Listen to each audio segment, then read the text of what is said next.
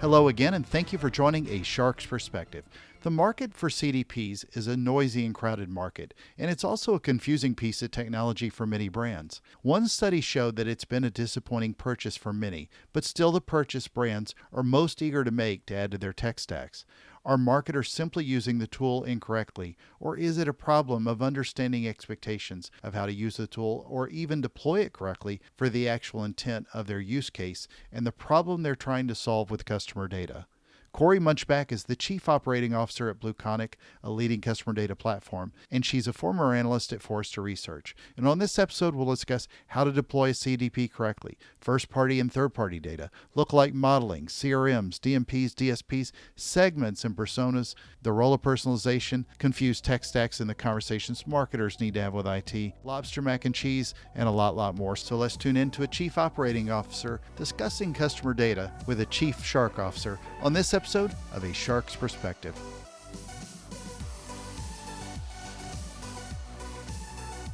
Cory, thank you so much for joining us today on A Shark's Perspective. If you would, tell us a little bit about your background and your career to date. Great. Thank you so much. I'm thrilled to be here. Cory Munchbach, I'm the Chief Operating Officer at Blue Conic, which is a marketing technology platform specifically in the customer data platform space, located in Boston, headquartered in Boston.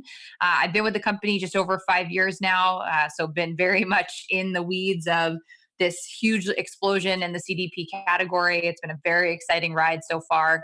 Prior to joining Blue Conic, I was at Forrester Research. I was an analyst that covered both the marketing technology space broadly, as well as working closely with the CMO and marketing leadership teams on sort of digital transformation, customer lifecycle oriented marketing for a number of years. So this has been kind of the bread and butter for me of most of my career to this point. Yeah, weedy it is. That's a really good phrase, and I say that even having worked in lawn care industry before. But so would anything in your own customer data platform have gleaned any insight that would have told the world that you went from a political science degree to a CDP tech stack company? I'm still asking myself that question. So, Yeah. so far, no evidence. It's even actually more confronting is that 10 years ago in March, I had made the choice to decide between going to the BU School of Public Health to get my master's in public health or to pursue an opportunity that I had in front of me at Forrester. And almost 10 years to the day, I was working closely with the rest of our leadership team on our switch to remote work in the light of coronavirus. So some things kind of come full circle in their own right, but the direct line from political science to where I am now, I think the only thing that you can really say is that you have to be able to think both big picture and into the details and sort of move between the two of those in terms of how you think. So maybe the topic and the content certainly has changed, but I was very well suited from that sort of approach to my academic undergraduate career to where I am now in that regard, at least. Agreed. Well, I saw you speak a couple of years ago at a conference and then ended up getting to meet you at one of the Martech East events in the world where we were allowed to come up and shake hands and say hello to everybody. But where do you see sort of customer data platforms today? I mean, we're talking about this now in 2020, and this has been a bright, shiny object for a while. So how do you see sort of the market shaking out? There's so much confusion around CDPs in particular. And I read not that long ago that customer data platforms were considered one of the most disappointing investments that brands had made, yet it was still the number one investment that they wanted to make, according to a report by Gartner and Commerce Next. And it went on to say that a lot of them were just deploying them wrong as CRM systems. So elaborate, if you will, a little bit on how you see the industry and where you see people making the wrong mistakes with how to use this really important piece of technology. Sure. I mean, we could spend a whole day on unpacking all of those topics, but generally speaking, there's always truth, I think, on elements of both sides of this in terms of like the brands and how they're approaching the technology purchases and how they're implementing, as well as a huge amount of confusion in the vendor space as well. So, the problems are where a lot of these kind of things come together. Almost from the outset, CDPs had a challenge ahead of us. If you think even back to the first time that CDP appeared on Scott Brinker's super graphic, it was actually a box with DMP and CDP, which quickly became clear that we're really very much nothing alike. In fact, we deal with very different issues and in a lot of important ways. But right from the jump, you sort of had that conflation of two very different types of tools that are supposed to be used for very different reasons. And that's sort of a harbinger of what was to come. It's also really challenging because by definition, a CDP sort of needs to sit among and between existing other types of solutions. And therefore the lines are always going to be blurry between whether it's CDP and CRM, as you mentioned, CDP and MDM, master data management. We get a lot of questions about that.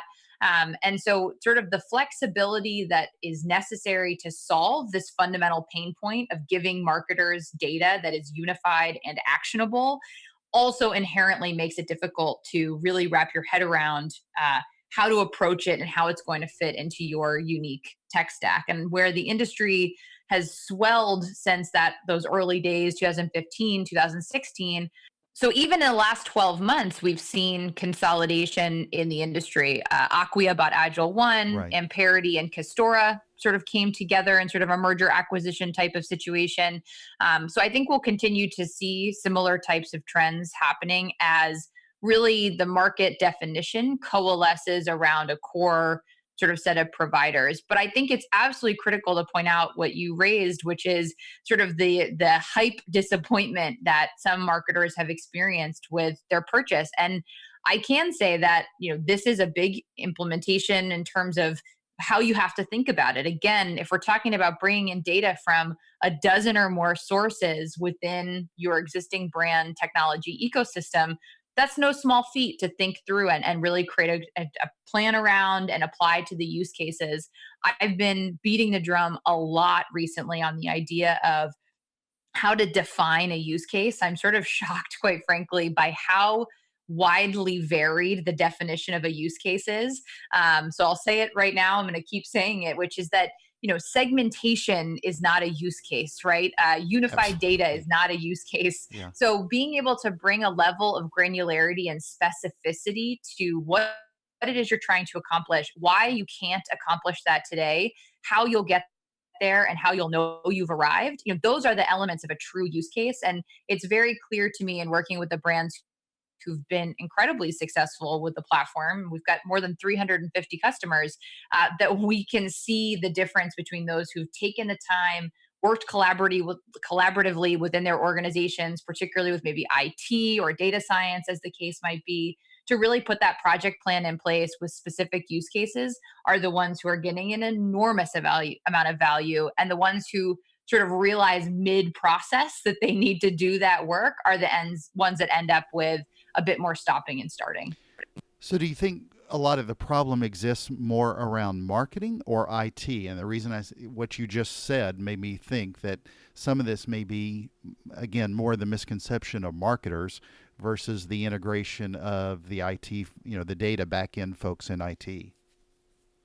I always think it ends up being a mix of those things. One of the things that I've noticed since even my Forrester days is that marketers are charged with really grand goals and ambition, right? When we talk about big terms like digital transformation or customer obsessed marketing or things like that, by sort of the impact of that tends to be that they also buy technology in conjunction with that ambition. They sort of get the remit to go after these big, hairy, audacious goals, and then they try to assign that to the technology. And what that really means ultimately is that you're hanging your hat on sort of one solution to come in and solve for this much bigger and multifaceted type of challenge. And so what ends up happening is that gets overwhelming and there isn't really a clear path from point A to point D, digital transformation.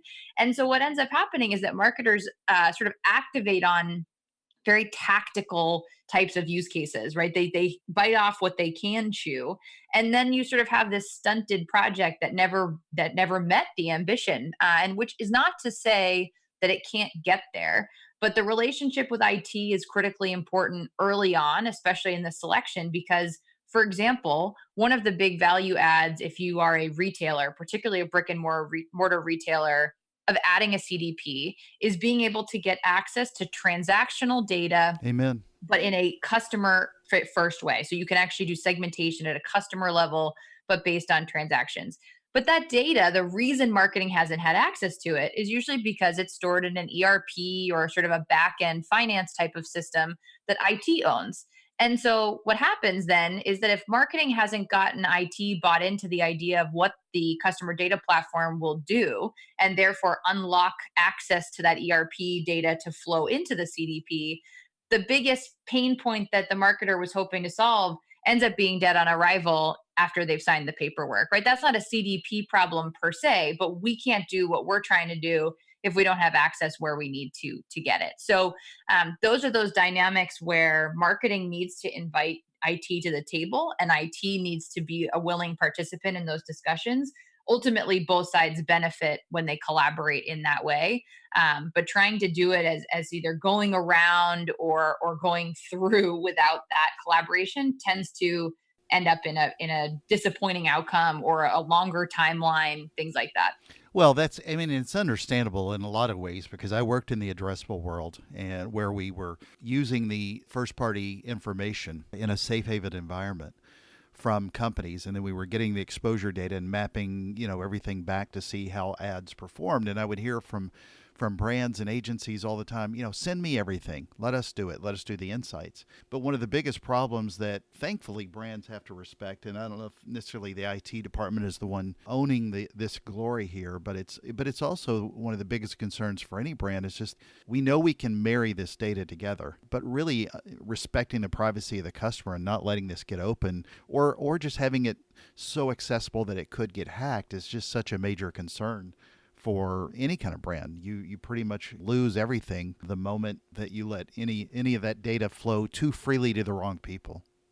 Absolutely. I mean, I think there is the most unexpected outcome of the GDPR and CCPA and similar privacy legislations has been a forced reckoning for brands about where their data is and how they manage it. And, from a CDP perspective, it can be sort of a boon in a lot of ways, right? We were designed in that context from kind of the early days. And so have most CDPs have built in some level of mechanism to help brands manage a lot of these compliance questions. It's not necessarily in replace of a master governance structure by any means, but if you can't play nicely and meet those requirements nowadays, you're not long for being a key piece of a data infrastructure. And so all of the challenges that whether it's third party data providers or ad tech or some of these others that are grappling with and doing so, quite frankly, very inelegantly and on a short term,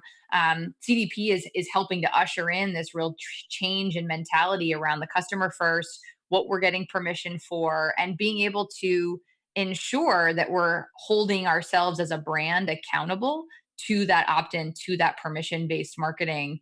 Obviously, there's a huge amount of work to be done in terms of the actual marketing strategy and this idea that if you're going to collect data, there really needs to be some level of mutual value exchange there. There's brands that have done this very well and baked that into how they engage.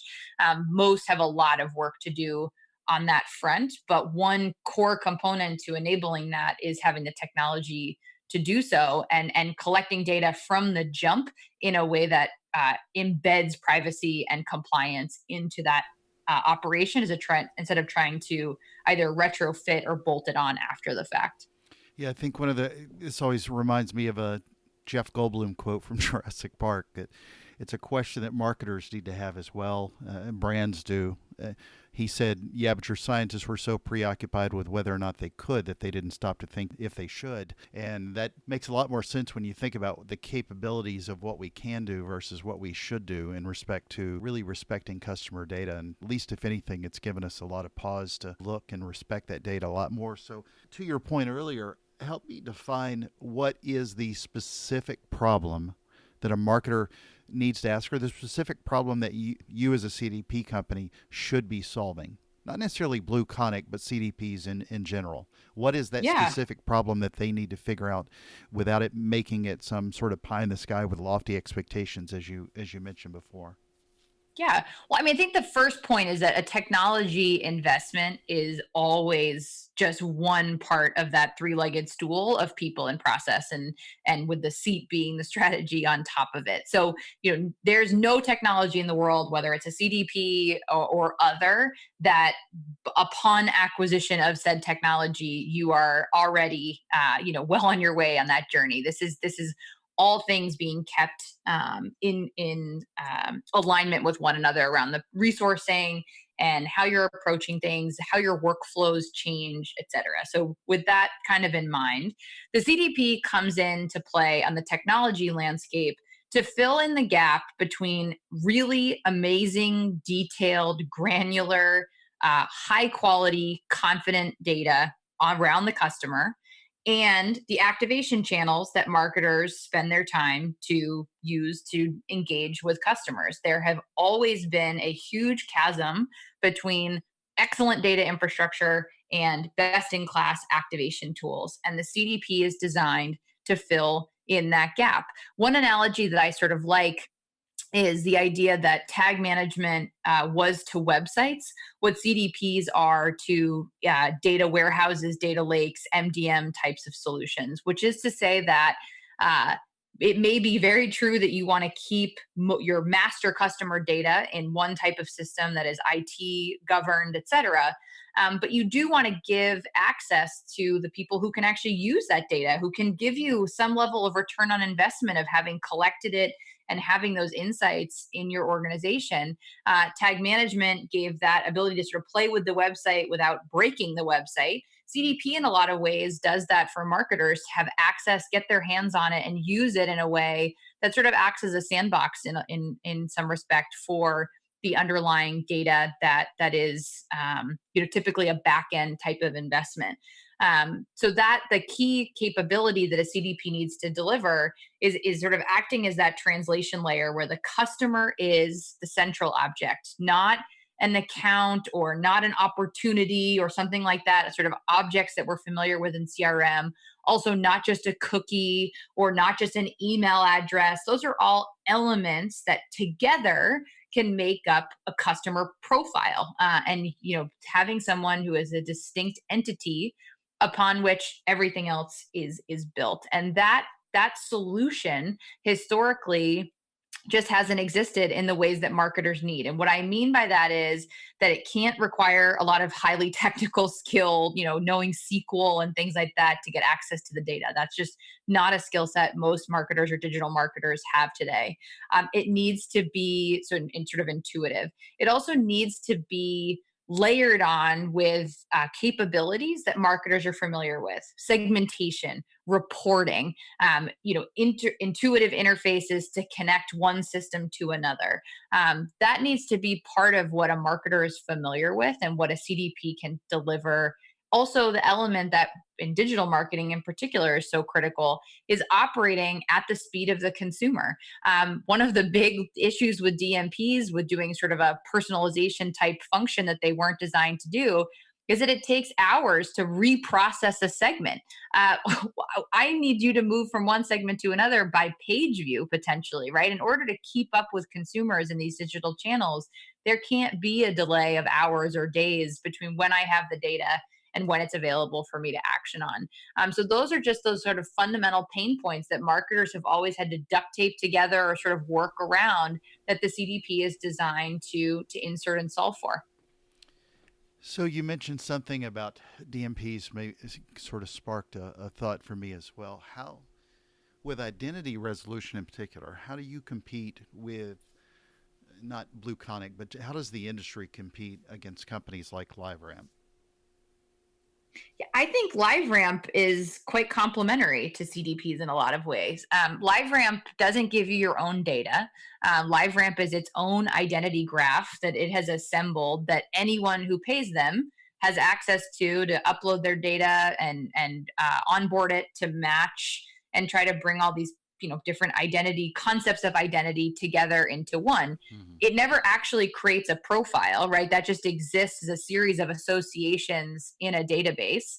And then you need to process those associations into a list which then can be used for a fairly finite set of applications, maybe some level of reporting, but primarily in advertising. A CDP is almost nothing like that, or at least should not be. It's first Exactly. party data.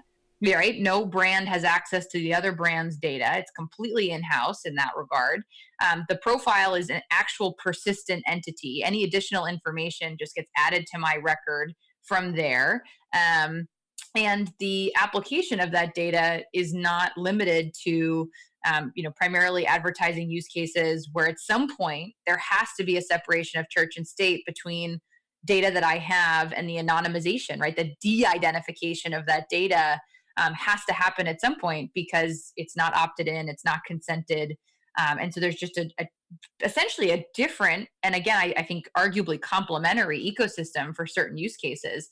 But this idea that LiveRamp is sort of a CDP type of tool, to me, has always seemed very strange, because the data collection mechanism, the data storage mechanism, and the data application or the activation mechanism is almost entirely distinct from what a CDP is solving for. I know it and agree. I worked with Axiom when they purchased LiveRamp, and then LiveRamp, did their own thing and went off. So I remember quite easily how they were. There was so much misunderstood with Axiom and LiveRamp's marriage, and then when LiveRamp went off, and people were thinking it was a CDP, DMP, DSP, and everything else under the sun, and CRM. And so often, a lot of it's just with marketers who know, if you're a decent sized company, you have a pretty large group of data of your first party list, but then everybody wants to grow that list out and serve it to more targeted audiences, which are larger, which everybody should do. But then they think that third party list that they grow from is the same, or theirs, or implemented the same way. And it's really just understanding the difference between first party data and that larger reach to third party data as well. So Yeah, for sure. explain, technically how a marketer today should use a CDP with specific customer acquisition strategies. Give us a couple of use cases on where people are using it today. Sure. On the acquisition front in particular, again, there is this opportunity to have a much more granular definition of segments, so that you can micro target in ways that you couldn't before, and critically, at scale.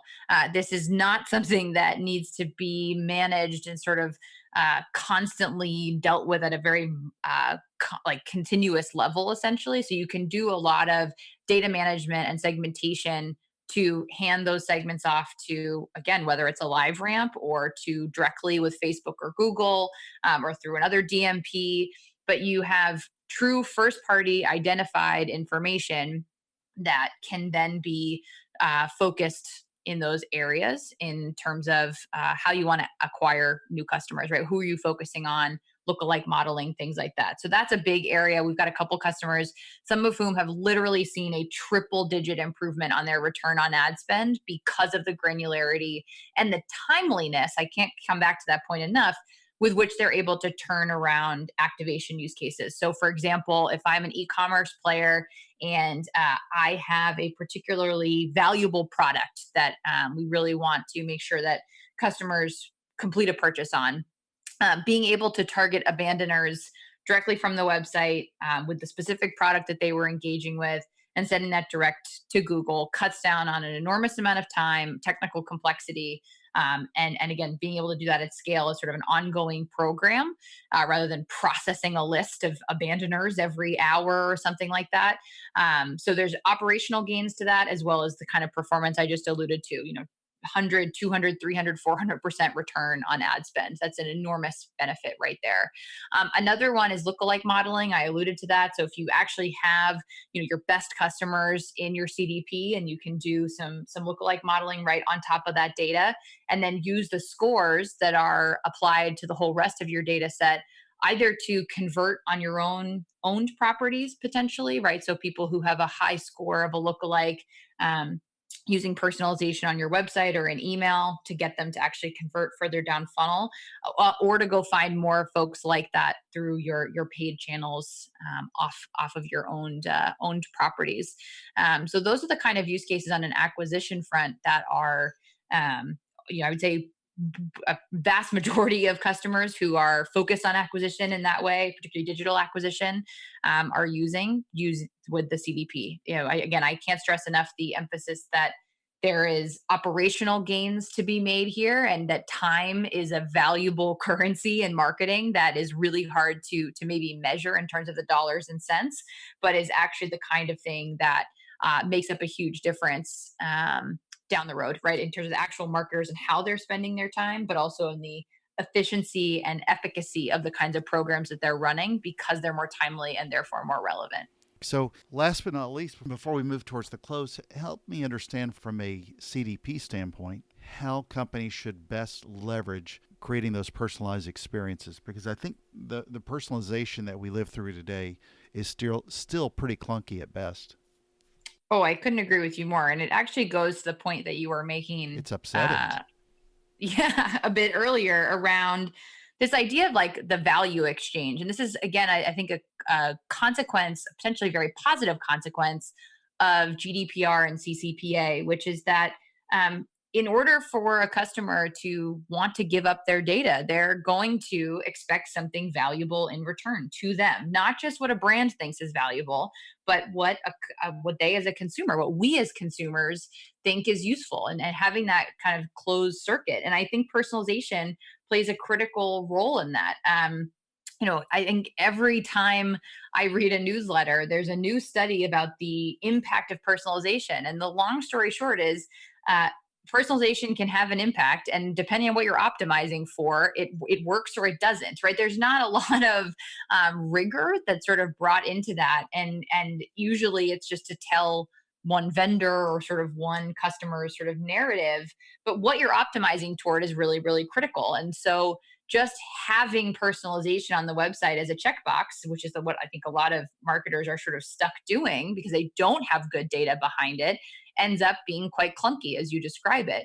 But when you are echoing, for example, the landing page from the ad that the person clicked on, so the messaging is similar, you actually land where you expected to, and you're facilitating their exploration potentially of the product or the content that you put in front of them. That's effective personalization. Then you're moving them closer toward the goal that they maybe expressed interest in the first place. So I think marketers just doing personalization is not enough, and CDP offers the opportunity to have better data here. But then you still need to take that data and think about, what does this tell us? I remember there's an amazing case study even back when I was at Forrester about a bank who realized that doing personalization for their VIP top customers actually hurt the relationship that they had with those VIP customers because it was so one-sided. That personalization for personalization's sake is maybe a net neutral and in some cases the best scenario, but actually can be quite detrimental in the worst. And I think a better approach to how we think about this, why we're using personalization, what we're measuring and optimizing toward, that level of rigor is absent in a lot of cases. But as I say, things like GDPR and CCPA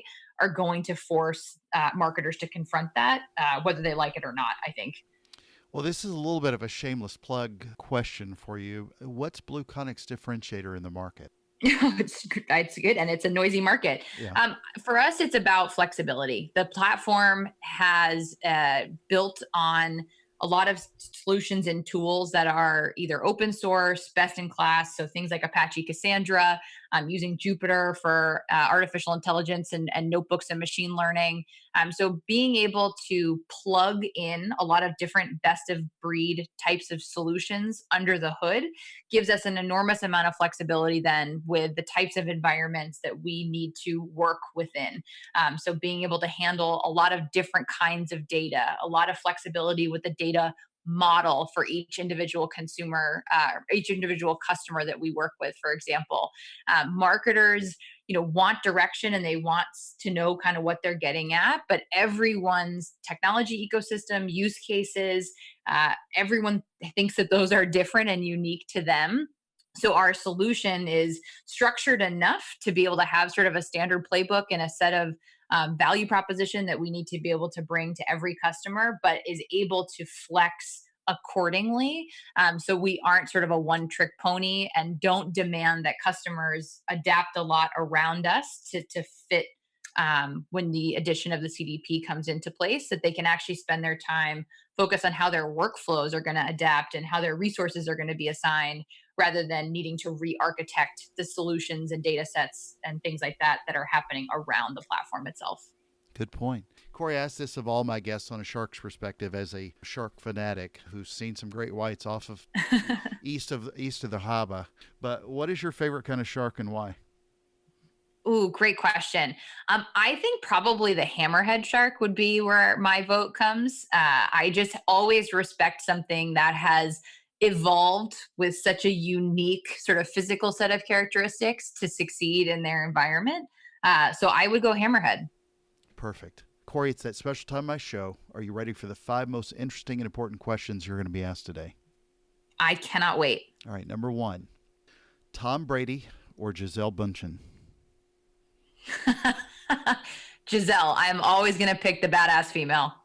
Well, and I just didn't know how much you hated Tom since he's left. So this is everything's changed in the New England world. So number 2, personas or segments?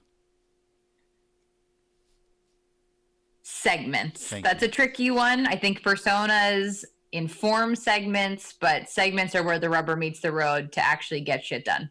Agreed, because personas, for the most part, it generally is like 3 of them, maybe 5, and they've boxed a bunch of unique people into just the worst personas I've ever seen. So that look generic at almost every company. All right, number 3, lobster roll or lobster mac and cheese? Oh, I'm going to have a confession, which coming out of a Boston born, bred, and biased individual is going to be unpopular, but I don't particularly love lobster. So I'd pick the lobster mac and cheese to eat the mac and cheese and save the lobster for my husband who loves it. Nice. Well, at least I didn't ask you lobster roll or, Kraft macaroni and cheese, because I know what we would have gotten. All right, number 4. It's going to be a tough question, and you may not be able to answer it. David Robb or Scott Brinker? Oh, come on. That's I know that was a trick question for somebody who's the godfather of the CDP Institute or the other godfather of MarTech. So let's go with CRM or DMP. Oh, I'm going to have to go CRM because I think DMP doesn't have much more runway ahead of it, and CRM is long in the tooth, but still relevant. So I'm going to go CRM. Good point. All right, number 5, and the most important question you're going to be asked today is biscuits or cornbread? Oh, biscuits. Your girl is a huge biscuits fan. Nice. So Cory, where can we find out more about you, the Blue Conic brand, and what you guys are doing in the CDP world? If they don't find you on David Robb's CDP Institute, information and more.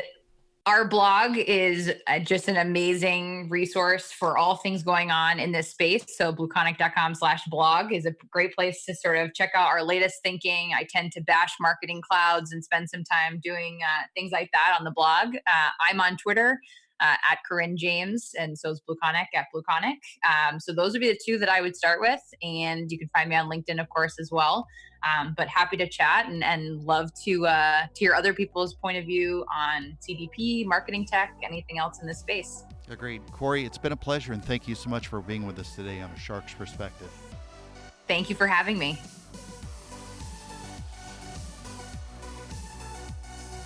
So there was my conversation with Cory Munchbach, the Chief Operating Officer at Blue Conic, a leading customer data platform, and she's a former analyst at Forrester Research. Let's take a look at 3 key takeaways from my conversation with her. First, there is still so much confusion around all technology tools today, including CDPs. Do an audit at any brand and you'll find waste that doesn't serve the brand or especially the customer. As Cory said, the hype disappointment is real. Problem I've found also is that most companies are not still working off one true source of data, and what they still have gets siloed and thus not unified. And with a CDP, understanding the use case is a challenge, especially when, as she said, unified data is not a use case. But what she finds is that those who are truly successful at getting value out of a CDP are those that know beforehand what problem they're actually trying to solve, not figuring out middle way that if you hammer a screw into a wall, Okay, the screw is in the wall, but that doesn't make it a screwdriver. Really understanding your customer data could not be a more crucial endeavor that many brands fail. And while it's good to see that they're looking for technology solutions, still understanding that use case is so important. So before you buy a CDP, if you're not calling me, figure out what the problem is that you're trying to solve and whether you need a CDP or, well, a screwdriver. So don't be a data and outcomes problem of your own. Second, nothing more important than respecting the privacy of the customer's data. Still, we desperately need to provide so much more education around teaching people how to handle customer data. As Cory said in a quote, if you're going to collect data, there really needs to be some level of mutual value exchange there. You need technology that embeds privacy and compliance on the front end. Don't just try to come up with bad personalization that doesn't respect what the customer wants.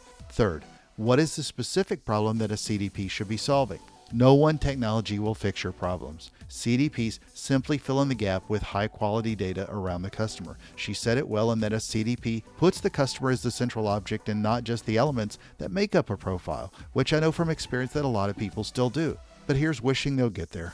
Got a question? Send me an email to kenneth@asharksperspective.com. Thank you again for the privilege of your time and for listening to this show. Love your customers so that maybe they'll love you back a little bit more and respect their data. Join us on the next episode of A Shark's Perspective.